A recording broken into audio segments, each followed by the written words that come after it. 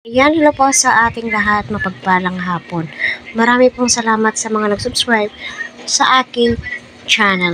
So isa po ito sa mga sinasabi ng mga viewers, patungkol nga po ito kay Beyonce, no? Masyadong mapanghusga, tinitignan yung mga panlabas na anyo.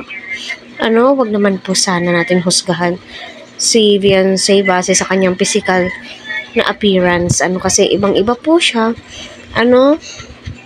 Magbigay na lamang po tayo ng advices patungkol nga po dito. Kasi napakahirap po na ganoon, manghuhusga po tayo base sa ating nakikita. So, yun na nga po, no. May kumakalat na balita na ipapabrace daw nga po nila itong si Beyonce. Para sa akin, okay na si Beyonce. Maganda na siya.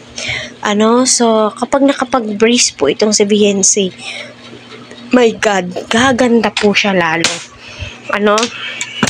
Lalo po siyang paggigiliwan ng kanyang mga supporters, viewers, kasi habang tumatagal po ang EDCI, dumadami na po ang kanilang supporters.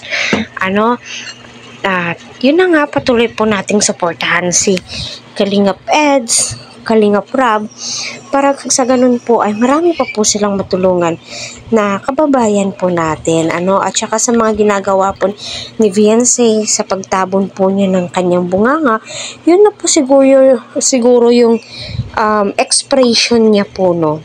Yung nahihiya siya, yun yung ginagawa niya.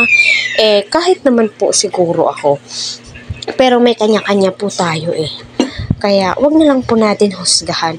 Bagkos, magbigay po tayo ng advices para sa ganun po ay matuwa, no? Hindi po ma-depress yung tinutulungan nila Rob.